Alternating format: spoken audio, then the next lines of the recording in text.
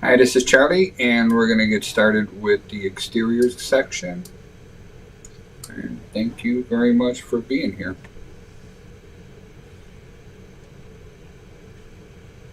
All right, just a few things that we're going to be going over today. When we're dealing with the exteriors, you're expected to be able to identify the different types of wall cladding systems. You're expected to recognize and proper sealant, trim, flashings, when flashing is required and when it isn't.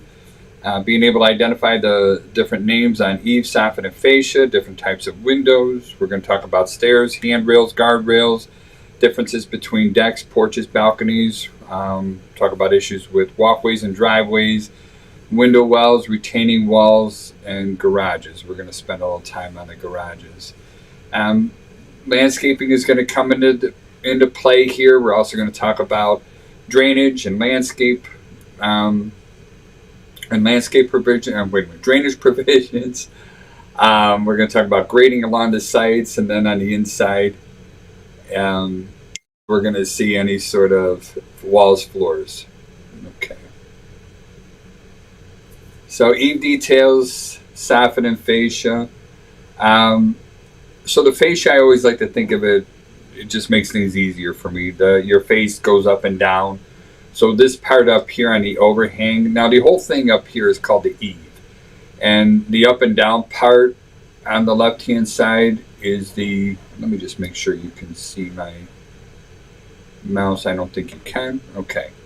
So the up and down part here is what is referred to as the fascia. Underneath this section here is the soffit, so under the chin. Frieze boards is usually the decorative trim, especially when I have a brick veneer. We need something to go over the top of it. But that's going to be on the wall, is the frieze, and then there's different types of molding that come with it. Typical overhang, again, our fascia is going to be in this area. Our soffit is going to be here. And with this overhang or this eave, they're just showing that it's vented. This one here, they didn't go straight across. So typical soffits are going to be straight, but sometimes you're going to run into them where they just follow the rafter tail of the eave or of the rafter overhang there. But that's still fascia, soffit, and vents.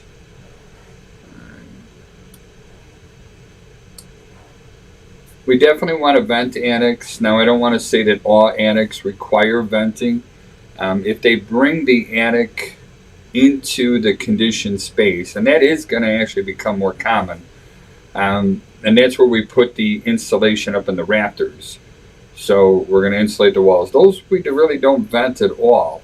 There does have to be a certain amount of insulation up there. There's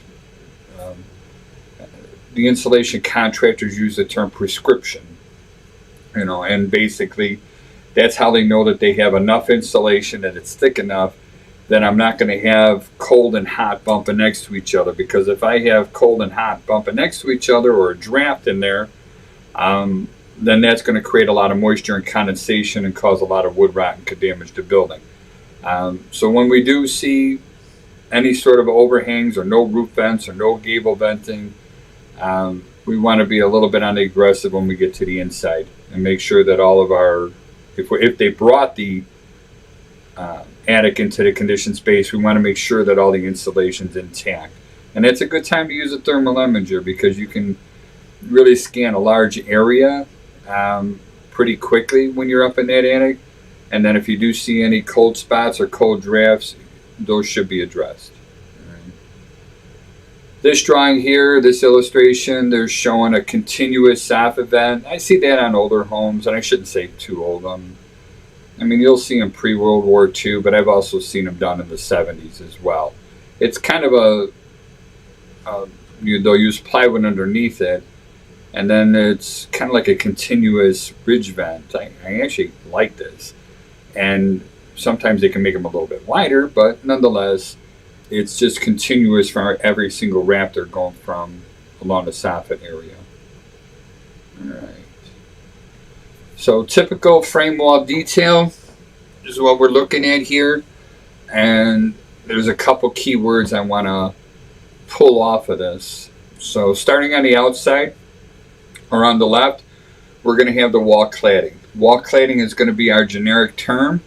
I don't care if it's aluminum, vinyl, hardy board, wood, brick, you know, whatever it is, or eaves or stucco, whatever the cladding is, that's the outside. Then underneath that, we're going to have our air barrier. Typically, you're going to see house wrap or felt paper. Older homes, they actually would have put the felt paper on there. Nowadays, it's all going to be Tyvek. But the term I want you to remember here is called an air barrier. All right, so we put the air barrier on the outside walls. The whole purpose of that is to prevent air from flowing through the wall cavity. And when we flow cold air through the wall cavity, that brings a lot of condensation that comes with it. So that air barrier, that Tyvek, it's important that it's taped, sealed tight. If you do have the luxury of seeing it when it's not without the wall cladding on it, then you get the luxury of making sure that everything's sealed tight. So that's around windows, outlets, doors, you know, seams where they overlap, anywhere where there could be air that can flow through it, we want to make sure that's sealed. Then we're going to put our substrate or our sheathing on. Now that sheathing can be plywood, OSB. It could even be in insulation materials, you know, like black Cellutex or some sort of styrofoam boards that are on there as well. They provide good R value and increase that, or I should say restrict, the cold air from flowing through far better than whatever the plywood does. Then we're going to have our studs. In between our studs, we're going to have our insulation. And then we put our moisture barrier. Here it's also known, they put down vapor barrier. But I like to remember that the moisture barrier. So going back a little bit, air barrier is on the outside of the wall. Moisture barrier or vapor barrier, that's going to be on the inside of the wall. If somebody uses batt insulation, that paper backing on the insulation, that is actually your vapor barrier. It's called craft paper, and that's why that word up there, craft, is there.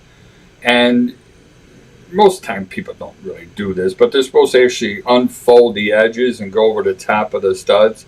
But usually people just stuff it right in there, and then they hold it in place with the drywall. So after the vapor barrier, then comes the drywall finish on the inside. So we're going to talk a little about on wall claddings, and we'll hit the metal and the vinyl. So with the common defects that we're going to run into on metal and vinyl siding, and we're going to talk about each one of these in a little bit. But buckled or wavy, discolored, flashing, caulking. We're going to talk about head flashing and J-channel issues. If it's common sense stuff, if it's loose, missing, mechanical damage, we're going to talk about numbers that you have to remember for grade clearances and other types of installation problems. All right. So vinyl siding does a lot. In fact, aluminum does too. But more specifically, vinyl does a lot of expansion and contraction when the sun hits it or when it goes through temperature changes, basically. So in the winter months, we're going to be 0 or sometimes below 0. In the summer months, we're going to be as high as 100 or even above 100. You know, so things need to grow and shrink. So vinyl siding has to be installed loose. We can't have that installed tight. If they do install it tight and it tries to grow, it's going to end up buckling. And then it might has a chance of coming apart. Or if it's too tight and it was installed in the summer months and then it tries to shrink in the winter months, it's actually going to want to crack and split when that happens. So we want to avoid it as much as possible. Aluminum siding, on the other hand, is installed tight. If anybody ever lived in a house with aluminum siding, especially when it's brand new, sometimes when the sun hits it in the mornings on a cold day and that temperature starts increasing, that aluminum wants to grow. And because they did put it in there tight, and aluminum is pretty strong when it's trying to grow, you're going to hear that those metal slots go up against the nails, and it actually sounds like, you know, popping or popcorn or even gunfire. You know, it's not that loud, but you'll definitely hear it inside the house. There's no doubt about it. All right. One of the biggest problems you're going to see with aluminum and vinyl siding is the lack of blocks, and that's what they're trying to get your attention to on the right hand side here.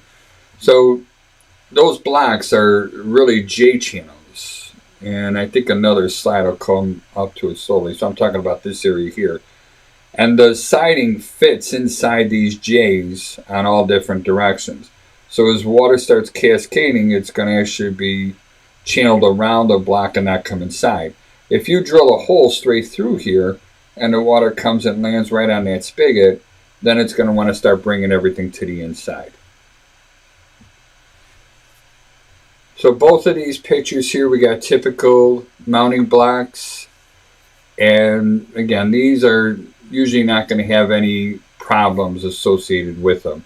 Doesn't mean we shouldn't be looking on the inside, but I think you could let your guard down for a little bit. It's when we're missing those blocks is when I want you to be aggressive. All right. So J channel, that's what they're showing in this spot right here. So before the siding's put on, so that gets nailed to the back of the substrate, and then we put the siding and it slides right into this J channel. Now, because it's a J like that, that allows for the siding to expand and contract, and it still looks finished. It still keeps everything watertight and keeps water from flowing into the property. Now, caulking of J channel, you can caulk it, but it's where the sealant or caulk goes. All right. So this part right in here between the J channel and the window, that's fine to caulk. There's nothing wrong with that. You will find if it's not tucked in there tight that you're going to end up getting adhesive and cohesive failure, and I'll talk about that in a little bit. But this area where we slide the siding into the J channel, that we don't want to caulk. There's going to be so much movement in that area that'll just rip right through it. All right. So again, just a little bit closer up. The left picture is showing more of a head flashing or Z flashing. I'm going to go over that a little more detail in just a second. And then J channels up more on the right picture. All right. So head flashing goes on top of a window. The purpose of this is that if water is coming down the wall and hits the window, we don't want that water to fall back into the house. We want it to be pushed to the outside and not damage the structure, plain and simple. Now, not all properties are required to have head flashing. And I thought I changed that one a little bit. I'm going to skip up a second and then I'll come back.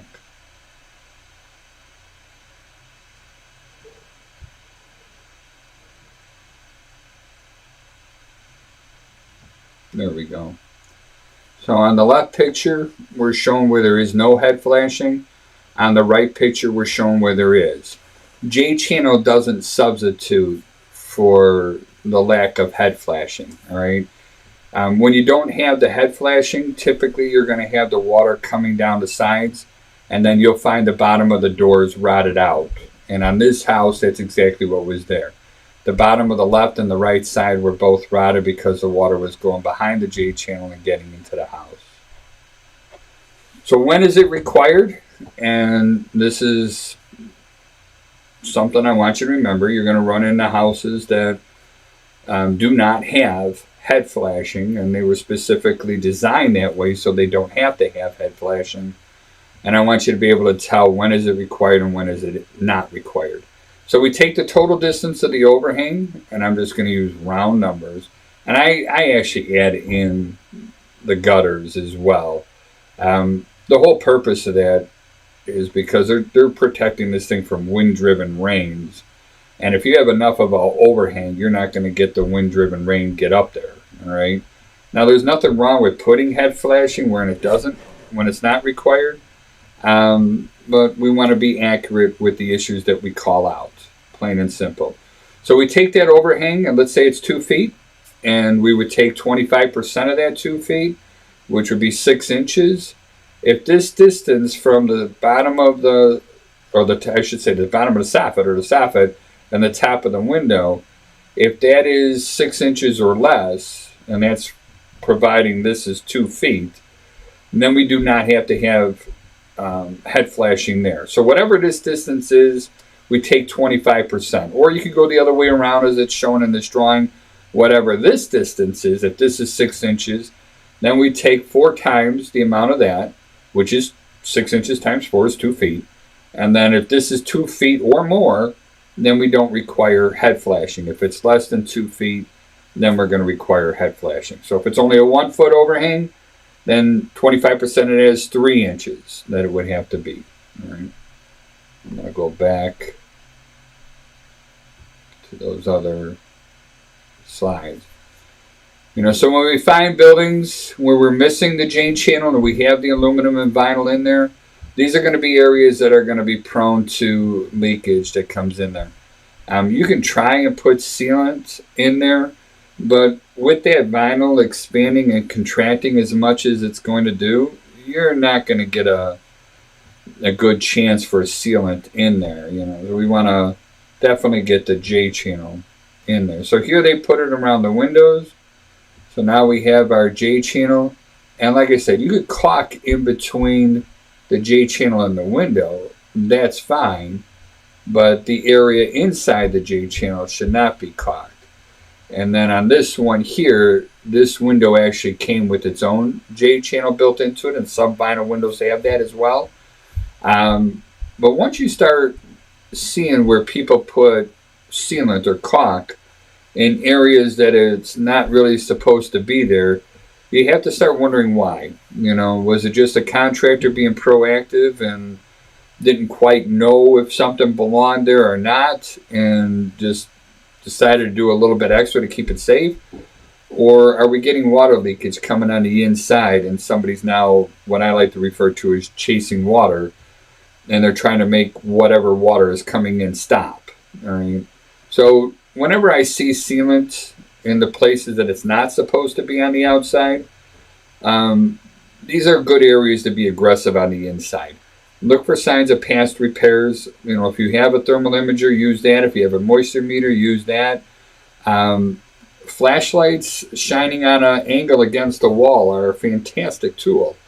We can go ahead and see if the drywall has been repaired recently or more than once, or maybe it's an ongoing deal that we've just had multiple signs of repair around this window. Even if it's dry today, that would be a good indicator that water has been coming in there and there is a definite issue. So, older styles of vinyl siding were much thinner and pretty brittle. They were very prone to damage and cracking, and they ended up getting a pretty bad reputation. But the newer vinyl has become thicker. They changed the material of it, and the engineers start just making it stronger and able to withstand the colder temperatures and the more the physical damage that's associated with them. So we are going to be looking for clearances underneath all of our wood structures. So aluminum, vinyl. I keep forgetting if it's 6 or 8 inches. I know the next slide. There we go. And it depends on, I guess, which reference that you're going after. So the real world, and let me skip back to this other slide. The real world is we want to see foundation, all right? And for a couple of reasons. You start putting the moss and you come up over the top like this, you're making it real easy for mice to burrow underneath their ants, termites, and you're just giving them clear access to the structure itself. And there's no way, you're not going to get any clues from the outside that it's actually happening. So at a minimum, you want to see the foundation. And not to mention that, but if there's any cracks in the foundation, you're not going to be able to see this either. So not only do we want to mark this off as a defect or an issue because it's too high and we're going to ask people to remove it, but we also need to throw a disclaimer in there, and let our clients know that, listen, we can't see the foundation. Now, if you want, I'm uncomfortable trying to pull away all that insulation and put it all back. Yeah, I'd rather have it completely opened, or yeah, spot checking it is just rolling the dice, I think, unless you want to just ask people and see what type of material it is. But making sure that it's in good shape is a little risky unless you go ahead and expose everything.